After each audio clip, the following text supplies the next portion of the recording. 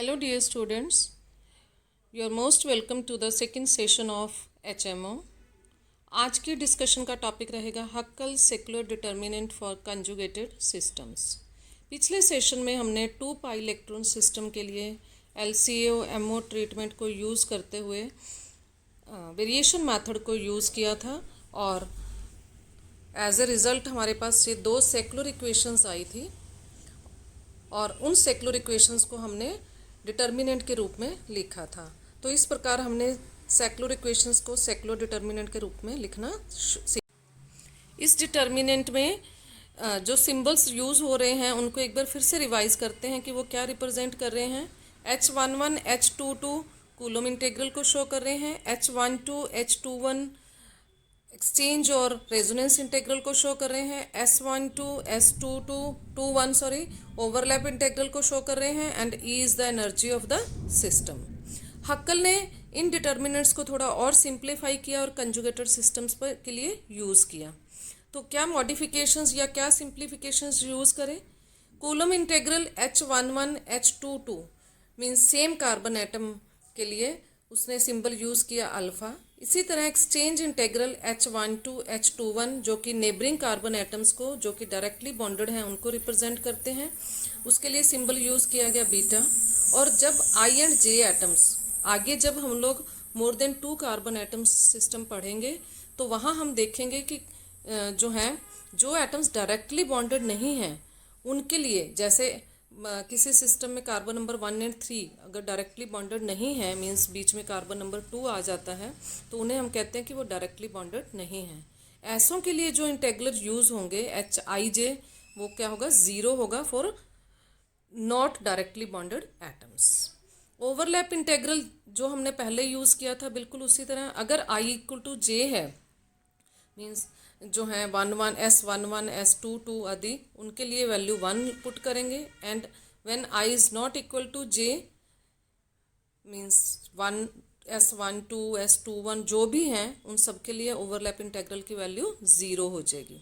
अब ये वाली वैल्यूज़ हम इस इंटीग्रल में अगर पुट करें तो ये जो है इस डिटर्मिनेंट में पुट करें सेक्युलर डिटर्मिनेंट तो उसका रूप ये बन जाएगा। आप देखिए H11 की जगह हम पुट करेंगे अल्फ़ा तो मेरे पास यहाँ पे अल्फ़ा माइनस E आ गया। H12 की जगह मैं यूज़ कर रही हूँ बीटा तो मेरे पास बीटा आ गया। और S12 ये S12 की वैल्यू 0 है तो ये पूरी टर्म क्या होगी, 0 होगी मेरे पास। तो इसलिए यहाँ पे H12 की जगह बीटा सिर्फ टर्म जो है वो रह गई। इसी तरह ये टर्म भी जो है वो 0 होगी बिकॉज S21 इज़ 0। तो मेरे पास ये डिटर्मिनेंट जो है वो इस रूप में आ गया, alpha minus E beta beta और अल्फ़ा माइनस E। यहाँ आपको ये ध्यान ही होगा कि ये जो है ये रो 1 है, दिस इज़ रो 2 R1 इसे हम लिखते हैं, R2 कॉलम 1 कॉलम 2 को रिप्रेजेंट करता है। अब इसको हम बीटा से अगर सभी वैल्यूज़ को बीटा से डिवाइड कर दें तो मेरे पास ये इस रूप में बन जाएगी determinant alpha minus E by beta, beta divided by beta 1 हो जाएगा और इस तरह से। फिर alpha minus E by beta को और हमने शॉर्ट कर दिया, x पुट कर दिया तो ये मेरे पास डिटर्मिनेंट की फॉर्म बन गई। ये 2 इंटू 2 डिटर्मिनेंट है मीन्स इसका ऑर्डर है 2 बाई 2। 2 बाई 2 क्या शो करता है, पहला 2 शो कर रहा है नंबर ऑफ रोज़ को, तो इस डिटर्मिनेंट में आप देख रहे हैं 2 रोज़ हैं और सेकंड जो 2 है वो रिप्रेजेंट कर रहा है नंबर ऑफ कॉलम्स को। तो इस डिटर्मिनेंट में नंबर ऑफ रोज़ और नंबर ऑफ कॉलम्स जो है वो दोनों 2 हैं तो इस मैट्रिक्स का ऑर्डर है 2 बाई 2। हक्कल द्वारा यूज़ की गई इन अप्रॉक्सीमेशंस और शॉर्ट फॉर्म्स को ध्यान में रखते हुए अब हम 3 कार्बन सिस्टम के लिए हक्कल डिटर्मिनेंट लिखना सीखते हैं। 3 कार्बन एटम सिस्टम में मेरे पास 3 कार्बन होंगे, कार्बन 1 2 एंड 3। यहाँ आप देख रहे हैं कार्बन नंबर 1 और 2 डायरेक्टली बॉन्डेड हैं, 2 एंड 3 डायरेक्टली बॉन्डेड हैं, जबकि carbon number 1 and 3 directly bonded नहीं हैं। और आपने जो बात ध्यान में रखनी है कि ये है रो 1, दिस इज़ रो 1 जिसे हम लोग लिखेंगे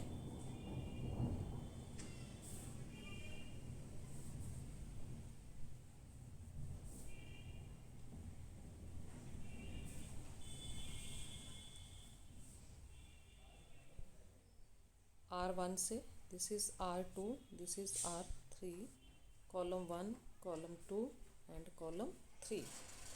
ठीक है, अब जहाँ पे रो 1 और कॉलम 1, दिस ये रो 1 और कॉलम 1 की वैल्यू है, दोनों 1 1 है, तो H11 माइनस ES11। आपने सभी टर्म्स को H माइनस ES की भाषा में लिखना है। उसके साथ जो सबस्क्रिप्ट यूज़ हुए हैं 1 2 3 एट्सेट्रा, वो क्या शो कर रहे हैं, पहला डिजिट जो है, पहला नंबर शो कर रहे हैं रो को और सेकंड शो कर रहे हैं कॉलम को। तो यहाँ रो भी फर्स्ट है, कॉलम भी फर्स्ट है, तो H11 S11। इसी तरह मेरे पास जो है रो 1 में जब कॉलम 2 आएगा तो रो 1 का 1 और कॉलम 2 का 2, तो H12। इसी तरह अब यहाँ आप समझ गए कि H13 कैसे यूज़ हो रहा है। बिल्कुल सेम लाइंस पे H21 2 2 2 3 3 एट्सेट्रा जो है हमने टर्म्स लिख ली। इस तरह जब हम सभी टर्म्स लिख लेंगे, अब हम इसको अल्फा एंड बीटा की भाषा में लिखते हैं। ऊपर हमने जैसे कहा, जहाँ भी रो एंड कॉलम सेम है, मीन्स दोनों नंबर सेम है, H11 H22 H33, उन सभी को रिप्लेस कर देंगे अल्फ़ा से।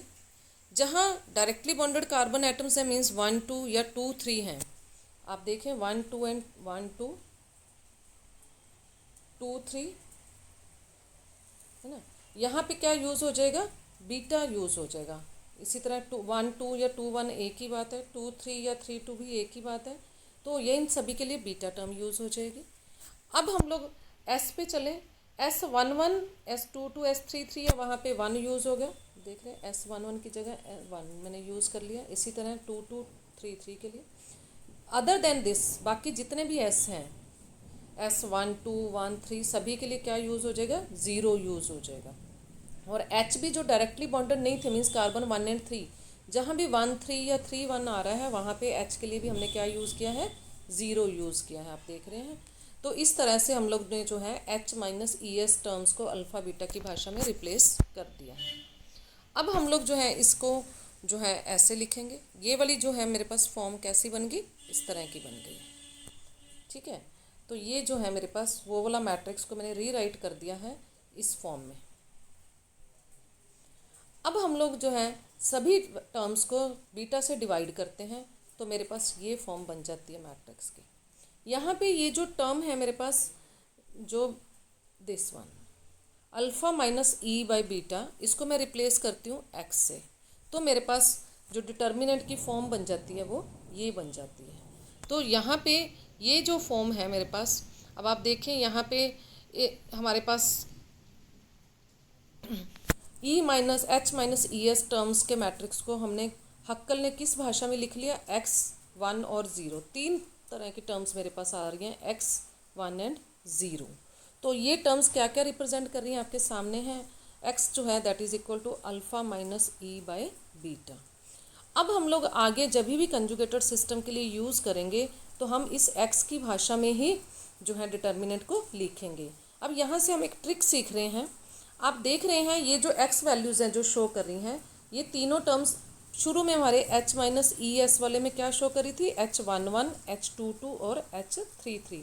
मीन्स ये डायगनल जो है मेरे पास, तो इस तरह से जब भी हमने डिटर्मिनेंट लिखना होगा आगे चल के, तो हम ये वाले डायगनल को पहले ही क्या लिख लेंगे, X। अब ये जो डायगनल है इसके जस्ट इधर भी डायगनल और इधर वाले डायगनल, इनको क्या पुट कर देंगे 1, और यहाँ उससे नेक्स्ट जो है वो 0 टर्म्स बन जाएंगी।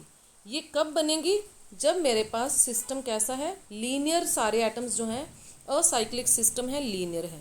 जहाँ पे सिस्टम जो है वो रिंग स्ट्रक्चर में, साइक्लिक स्ट्रक्चर में आ जाएगा, वहाँ पे बॉन्ड जो है उनका आपस में जुड़ने का क्रम चेंज हो जाएगा, तो वहाँ पे ये पैटर्न नहीं होगा। और यहाँ से हम ये भी कंक्लूड कर सकते हैं कि एक्स टर्म जो है वो सेम कार्बन एटम को रिप्रेजेंट कर रही हैं। जो 1 1 टर्म्स हैं वो उन कार्बन्स को शो कर रही हैं जो डायरेक्टली बॉन्डेड हैं, और जो 0 टर्म्स हैं वो क्या शो कर रही हैं, जो कार्बन एटम्स डायरेक्टली बॉन्डेड नहीं हैं। तो आगे से जब भी हमने सेक्युलर डिटर्मिनेंट लिखना है, हमें वो ऊपर वाले कोई स्टेप्स करने की ज़रूरत नहीं है, हम सीधा X1 0 इस फॉर्म में, लास्ट वाली फॉर्म में लिखेंगे। यहाँ पे मेरे पास पहले हम लोग जो है मैट्रिक्स जितने बाय जितने का होगा उसका इस डायगोनल को हमेशा X पुट कर लेंगे। उसके बाद हम देखेंगे जो भी हमारे पास डायरेक्टली बॉन्डेड एटम्स होंगे वहाँ हम 1 पुट करते जाएंगे और जो डायरेक्टली बॉन्डेड नहीं होंगे वहाँ पे 0 पुट करेंगे। इसको आगे सिस्टम्स के लिए हम लिखेंगे तो हमें और क्लियर हो जाएगा। तो इस प्रकार आज हमने सीखा कि कंजुगेटेड सिस्टम के लिए सेक्युलर डिटर्मिनेंट किस प्रकार लिखते हैं। Thank you so much, have a nice day.